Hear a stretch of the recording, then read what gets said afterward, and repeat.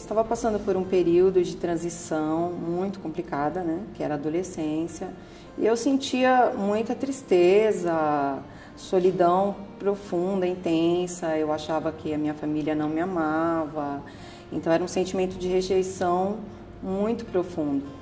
E isso me levou a ter o pensamento suicida. Isso contribuiu muito para isso. O jovem pode apresentar vários sinais, entre eles a automutilação. Vale lembrar que a automutilação não necessariamente é um comportamento suicida. O que difere um comportamento autolesivo e tentativa de suicídio é a intenção.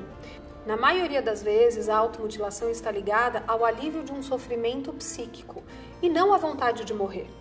O que acontece algumas vezes é que o jovem começa a fazer cortes mais profundos e às vezes isso leva a uma tentativa de suicídio. Porém, jovens que se automutilam têm um risco maior de morrerem por suicídio, porque eles já demonstram que não estão lidando bem com as questões emocionais. Quando a gente fica sabendo de um suicídio, a gente se pergunta sobre o que aconteceu ontem, na semana passada, no mês passado. O que a gente tem que lembrar é que o suicídio é um resultado trágico de uma combinação de fatores que começam a atuar já geneticamente, na primeira infância, na adolescência. Então são vários fatores que se combinam.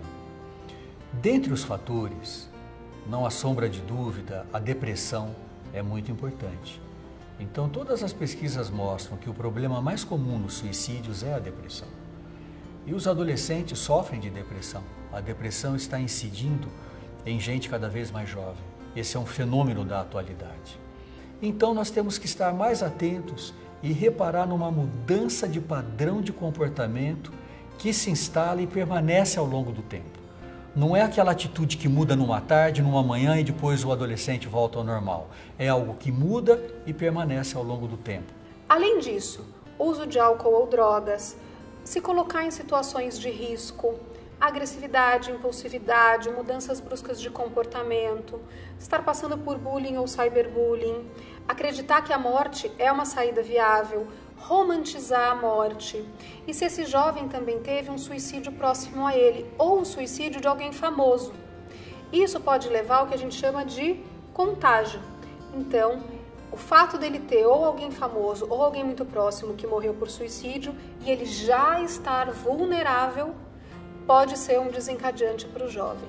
Jovens que lidam com questões de orientação sexual também têm um risco aumentado, porque se a família que ele mora não aceita a sua orientação sexual, isso pode ser um fator de risco para o suicídio.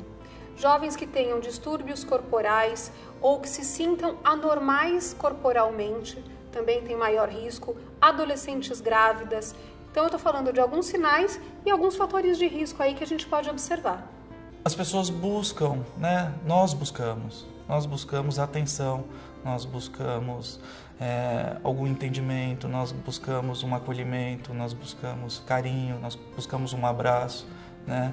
E quando a gente não consegue isso, e pelo contrário, quando a gente tem algum julgamento, quando a gente tem alguma chacota, alguma brincadeira, né, de mau gosto, isso mexe.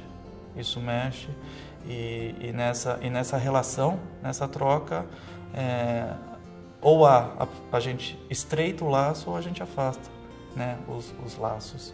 E o que a gente percebe, o que eu percebo nessa andança aí por escolas, faculdades, é esse afastamento, né, do jovem, de para com a sua relação familiar, com sua família, com até mesmo amigos. Por várias vezes eu conversei com eles, mas eles ignoravam, eles achavam que era frescura, né, que eu tinha tudo do bom e do melhor, que não tinha motivo para isso.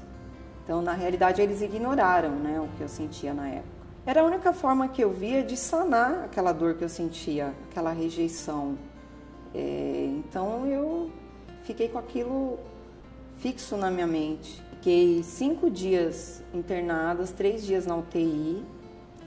E quando eu saí da UTI, foram vários sentimentos, misturas de sentimentos, de renascimento com arrependimento.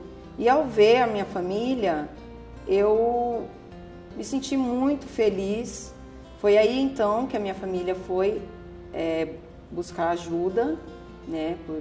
Durante algum tempo eu fiz terapia e isso aí modificou muito a minha vida e também as pessoas que estavam à minha volta. Então eu passei a ver a vida com outra perspectiva, né? E as pessoas ao meu entorno também começaram a ter uma postura diferente, ficaram mais atentos, né?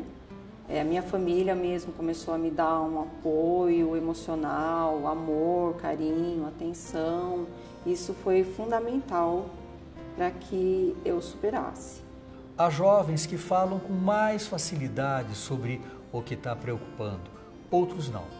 Então, o que eu sempre sugiro é que se aproxime, convide para um passeio, para uma refeição, criar um momento em que o jovem possa se expressar um pouco mais naturalmente.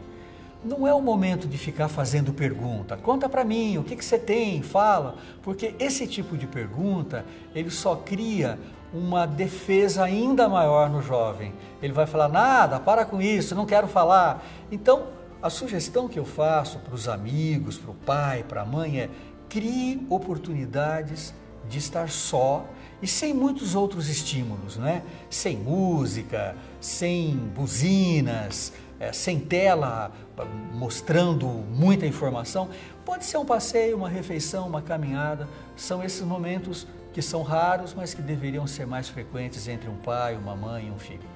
Tem adolescentes que vão ficar mais chorosos, mais irritados, com menos paciência, mais agressivos, vão começar a falar em morrer, vão começar a fazer desenhos no caderno sobre morte e escrever questões sobre morte, vão começar a procurar no computador ou nas redes sociais formas de se matarem. Então são muitas formas que ele expressa que algo não está bem com ele.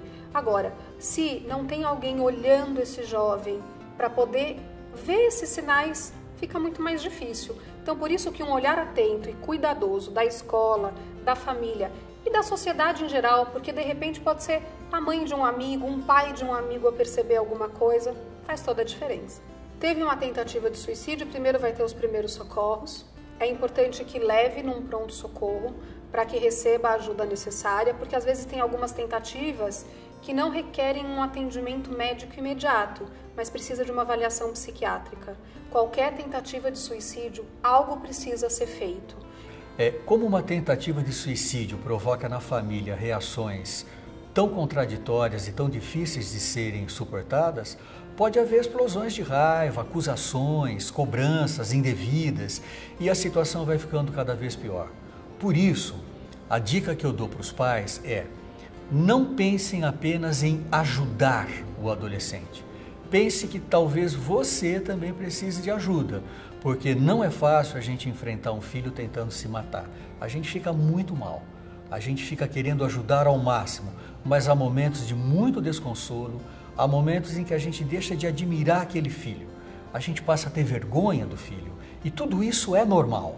Então, lembrando, pais que enfrentam uma tentativa de suicídio de um filho também podem precisar de apoio e de ajuda psicológica. Muita coisa muda depois de uma tentativa de suicídio. É muito difícil para a família lidar, algumas famílias vão ter raiva, elas vão achar que elas estão sendo abandonadas e muitos sentimentos muito complexos podem ocorrer depois de uma tentativa.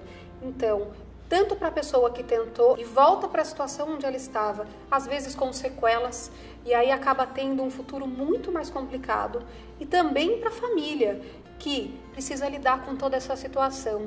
Para a escola também não é fácil. Muitas vezes a escola não sabe como lidar e como tratar um jovem que teve uma tentativa de suicídio. Eu aconselho aos jovens que falem sobre seus sentimentos, suas dificuldades, seus conflitos, sabe? O diálogo ele pode resolver qualquer problema. Isso é muito importante falar. Se você não se sentir à vontade para falar com a sua mãe, com o seu pai, fale com algum amigo de confiança, um professor, alguém que você confie. Né? Aos pais, eu aconselho que eles participem mais da vida afetiva, social, escolar, sejam compreensivos, sejam amorosos, isso é muito importante, faz a diferença.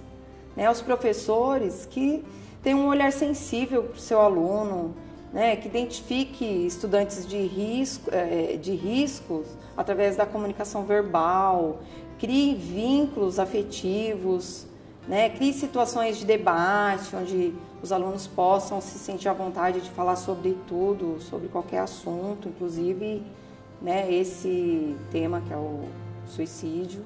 A recomendação é sempre falar abertamente, porque você também ensina que é possível falar de coisas difíceis. Quando você mostra para um jovem que é possível ter um diálogo de coisas difíceis de serem tratadas, você abre um canal de conversa. Qualquer canal de conversa aberto vai promover saúde mental e prevenir suicídio.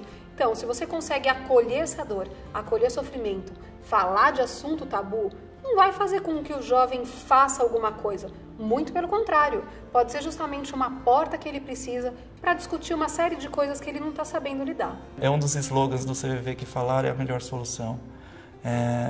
Acontece muito no telefone, por exemplo, da pessoa estar desabafando, e ela fala o seguinte: olha, eu não tinha parado para perceber dessa maneira. Ou seja, a própria pessoa, ela vai se construindo, ela vai se percebendo, sem eu precisar oferecer qualquer tipo de caminho, qualquer tipo de solução. O simples fato de escutá-la e ela mesmo, quando ela fala, ela se escuta. E quando ela se escuta, ela começa a refletir: é isso mesmo que eu sinto? É isso mesmo que eu passo?